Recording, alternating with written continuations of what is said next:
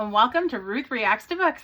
I'm your host, Ruxie Ruth McGouth, and today I'll be reviewing Debbie Macomber's book, 20 Wishes.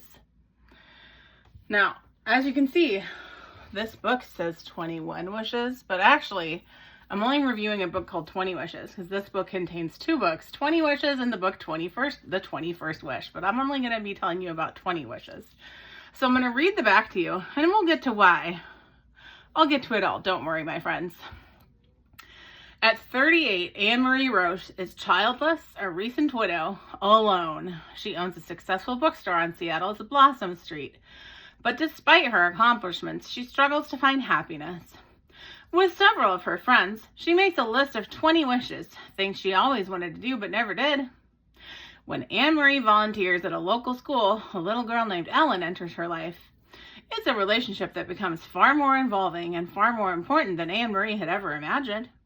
As Ellen helps Anne-Marie complete her list, they both learn that wishes can come true, but not necessarily in the way you'd expect. Okay, guys.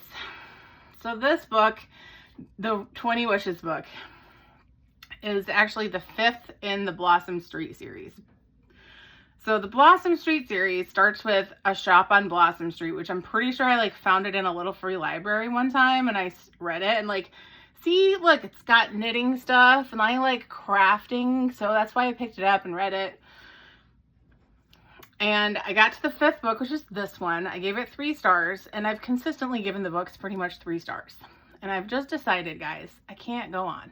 I just can't keep giving my time to these 3-star books. They're fine. They're fine, but they're very something. And I'll get to that in a minute. So what do I like about these books? Why have I read 5 of them, you ask? I mean, they're sweet. They're like easy little cute sweet reads. I call them like white bread books, okay? Like there's not a lot to them. They're not nutritious. They're like light and fluffy, right? But there's just something that there's just some things I really couldn't get past. There were quite a few things in this book that I just couldn't get past. And it's very hard for me not to give any spoilers out, because I have to talk about a little bit about what the book was about. That doesn't really go into that on the back at all. So let me just give a little bit of information that's not given on the back of this book. So in this book, this lady, Anne-Marie, who had talked about on the back, and a couple of her friends make these lists of wishes that they want. And then they go out and fulfill their wishes, right? Now, of course, these people are extremely unrealistic. So now we're getting to the list of things that I didn't like about the book, which was most of it. These people are so unrealistic that it drove me insane. If you have a child who has a mom who's a drug addict and has been through hell and all this, they are not going to be this shining, beautiful, perfect child. I'm sorry. These are just unrealistic people that's written about in this book. And all these other people that pretty much every single storyline in this book was completely unrealistic to the point of driving me quite insane. So I didn't like that they were really unbelievable people who had been through very difficult things, but had somehow come out of it without any traumatic issues whatsoever, which is just not real. But the other part is it was so predictable. Oh my God, I could have told you at the very beginning, what was going to happen in every single storyline. In fact, I told you that I actually listened to 20 Wishes on audiobook. I didn't know there was this book called The 21st Wish that when I went to the library to get the physical book to show you guys in the video, they only had this compendium that had this one and this second one. And so I was surprised when I got to the end of the book and this one thing hadn't happened, because I was like, oh God, I'm telling you, this one thing is going to happen for sure. Oh, get to it. And guess what? The 21st Wish, that's all about that other thing happening that I thought was definitely going to happen, that I was kind of surprised hadn't happened by the end of the book. So just the predictability of the entire thing. I just can't do it anymore, guys. For those of you who know me, I have a list of 25 books.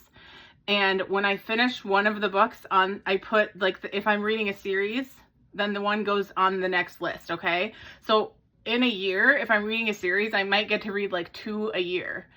So I really slowly go through my series, which means like partly I do that on purpose because I like to like spread it out. I like to keep these characters in my life for a while. I don't want to just zoom through them. But it also means that like I don't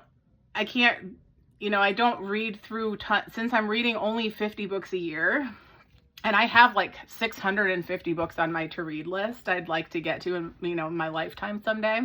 And that list grows every year when people have good recommendations for me. I just decided this is the 5th book that I read in this series, but it's going to be the last one for me of this series.